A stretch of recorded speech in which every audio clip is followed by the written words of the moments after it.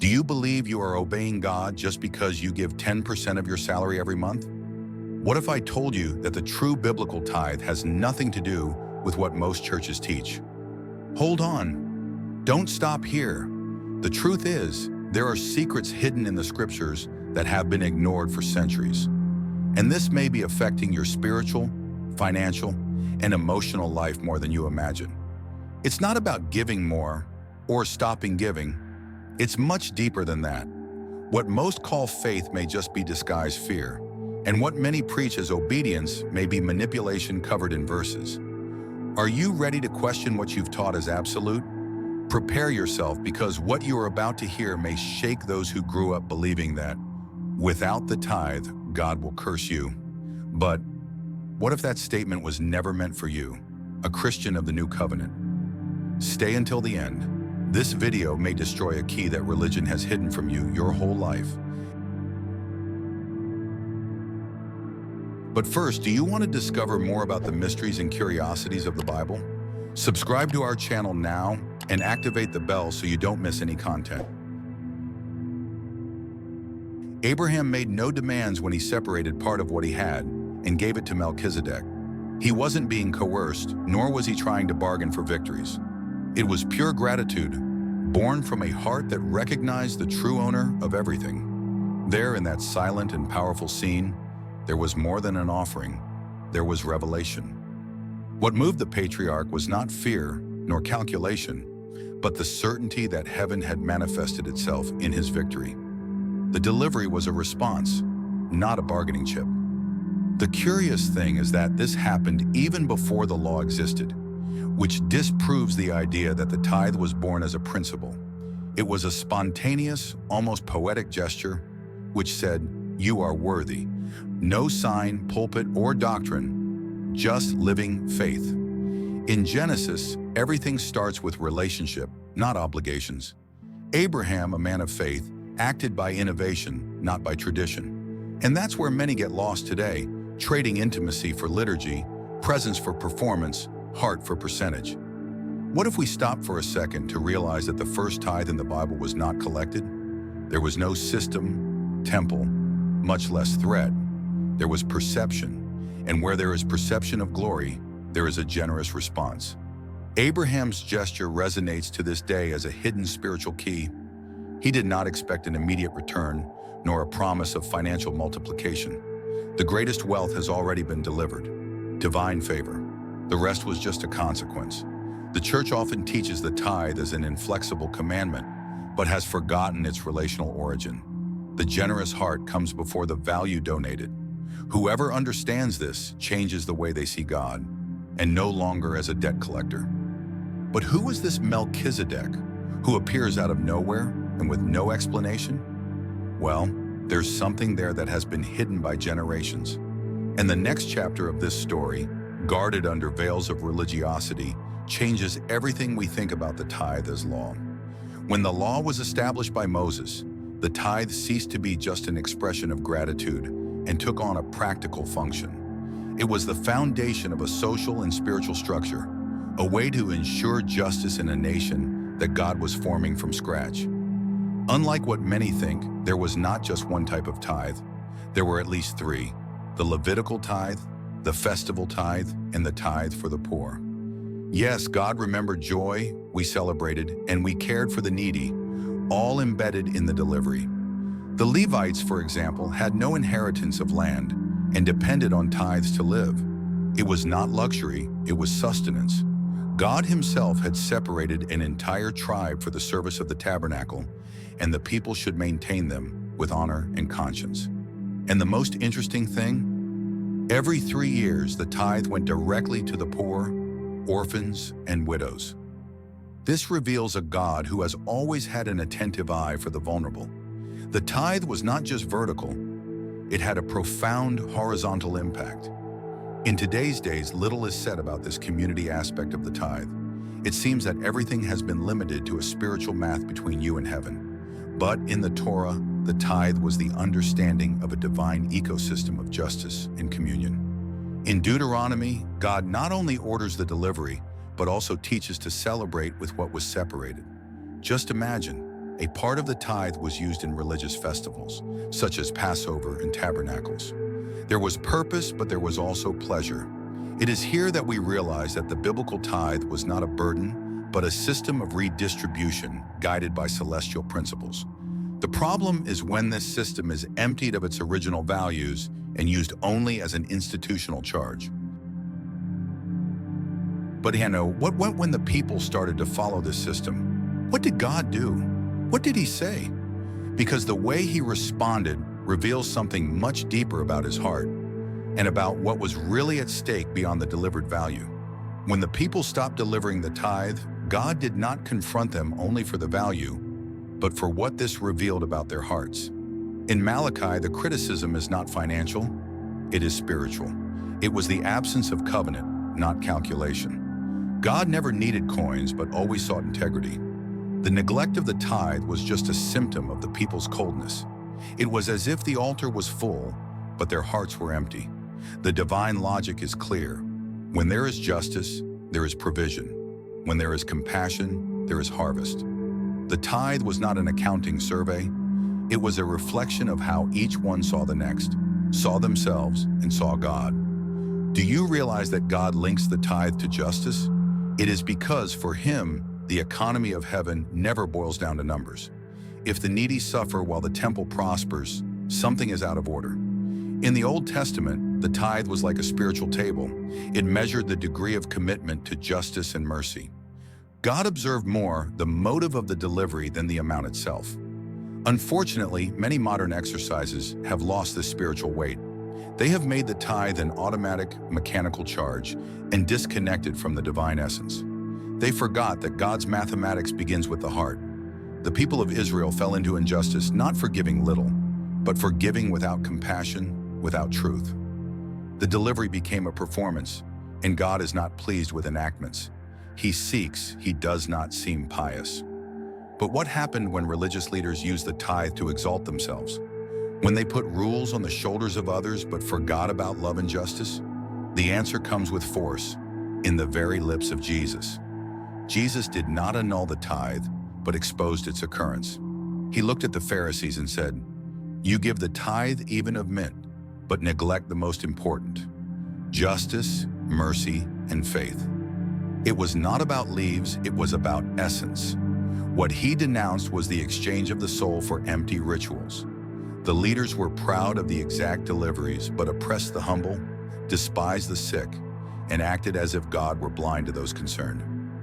For Jesus, the offering that does not come from love is noise. When the temple becomes a stage and piety becomes a performance, heaven closes. The tithe, the way they did it, was a coin of vanity, not of stimulation. And see how strong Jesus calls them hypocrites. They knew the law by heart, but ignored the spirit of the law. They delivered 10%, but retained 100% of empathy, compassion, true faith. He does not reject the practice, but confronts the motivation. Because giving tithe without living love is like lighting candles in a dark room, hoping that the smell will compensate for the darkness. And the kingdom does not work like that. Jesus walked with those who had nothing to offer, and there revealed true spirituality. Those who heard the most from Him were not the great tithers, but the broken hearts. This in itself already breaks many current narratives. The tithe in the hands of the Pharisees became a symbol of religious status. But in the words of Jesus, it should be just another reflection of the justice lived in the day-to-day. Not a trophy, but a testimony. And if in the time of Jesus the leaders already manipulated the sacred, what to say of today? Will we still use the tithe as an instrument of power, fear, or control? There is something in this that the New Testament begins to reveal, and that most have never seen. In the New Testament, the silence on the obligations of the tithe is guaranteed. No apostolic letter requires 10% as a rule, and no gospel leader threatens the faithful with a curse for not delivering it. This should make us think. Paul, a master in doctrine and zeal, never cited the tithe as a condition for communion or salvation. He speaks of free, cheerful, supplied contributions, all based on voluntary generosity. The heart is the selector, not the calculator. The early church was moved by love, not by percentages. We see brothers selling properties, supplying each other's needs. This was not a mandatory system. It was a response to the Spirit. It was zeal for the other, not zeal for the law. The problem is that we transformed what was relational into a formula. God only blesses you if you give exactly 10%. But Paul never said that. He said, "Let each one give as he purposes in his heart." This changes everything. The gospel that frees also frees from manipulation. There is no bargain at the cross, nor a celestial table. The new covenant brought another principle. The Spirit writes the law in the hearts, and love is the new imperative. The contribution becomes really willing, not due, and more. Whoever plants, plants by faith, not by emotional blackmail. The fertile field now is the kingdom and the lives reached, not the fear of being cursed. It is curious to note that, in all the New Testament, the leaders of the church were sustained, yes, but by the voluntary generosity of the body. There was no coercion, there was mutual trust, there was truth. But what when the tithe is demanded as a commandment without this Spirit? When it is said that without it, God closes the heavens? Something is being inverted. And in the next key that we will unlock, we'll expose this problem even more deeply. True delivery is born from within. When love invades the heart, the hand opens naturally. It is not for fear of curse, nor for the desire of automatic multiplication. It is for recognition of grace. Paul taught the Corinthians, God loves a cheerful giver. This phrase carries a silent revolution. God is not after your money, but your heart. And a grateful heart is always generous. Fear has never been a good coin for the kingdom. God does not operate by intimidation. The true gospel frees from guilt and activates the conscience. And a conscience touched by God responds with spontaneous generosity. You do not need to deliver to deserve something, because Christ has already delivered everything. And whoever understands this changes their why, gives not to obtain, but because I have already received something that no money can pay. Offering is not a contract, it is worship. It is not a deposit to guarantee victories, it is an expression of surrender. The altar has never been a bargaining counter, but a place of delivery. Where there is love, there is sincere delivery, without needing to force. In the new covenant, the contribution is the fruit of intimacy, not of a hope. The measure is love, not fear. The heart that understood the cross becomes generous without needing threats. But many still confuse the fear of God with the dread of being punished. And leaders often fuel this fear to maintain control. When faith turns into blackmail, the spirit is saddened, and the people get sick. And if love is the engine of delivery, what to say of the systems that revolve around guilt? What happens when grace is used as bait and fear as a brake? The answer takes us straight to the heart of the problem: legalism and the butterfly theology. Legalism transforms what is grace into a charge, and the theology of prosperity transforms what is generosity into an investment. Both distort the heart of the gospel and contaminate the offering with twisted motivations. When the tithe is taught as a toll for victory, something is lost. The delivery ceases to be voluntary and becomes compulsory, full of anxiety. And where there is fear, there is no freedom. Jesus expelled the money changers from the temple for a reason. The sacred was being commercialized. Today, many pulpits still function as bargaining counters. Give, and you will receive 100 times more. But was that what he taught? Biblical prophecy is not a prize for those who give, but a consequence of a life aligned with the principles of the kingdom. God is not an investor in the celestial stock exchange, and faith is not a bargaining coin. Legalism, on the other hand, dresses the gospel with shackles. If you don't give the tithe, you are robbing God. But was that text really written for the church? Or will we pull the blanket of the old covenant to cover a new reality? When we contribute out of obligations, we become slaves of the system. When we give by faith, we become participants in the mission. The difference is in the spirit that moves the delivery, and that spirit needs to be free.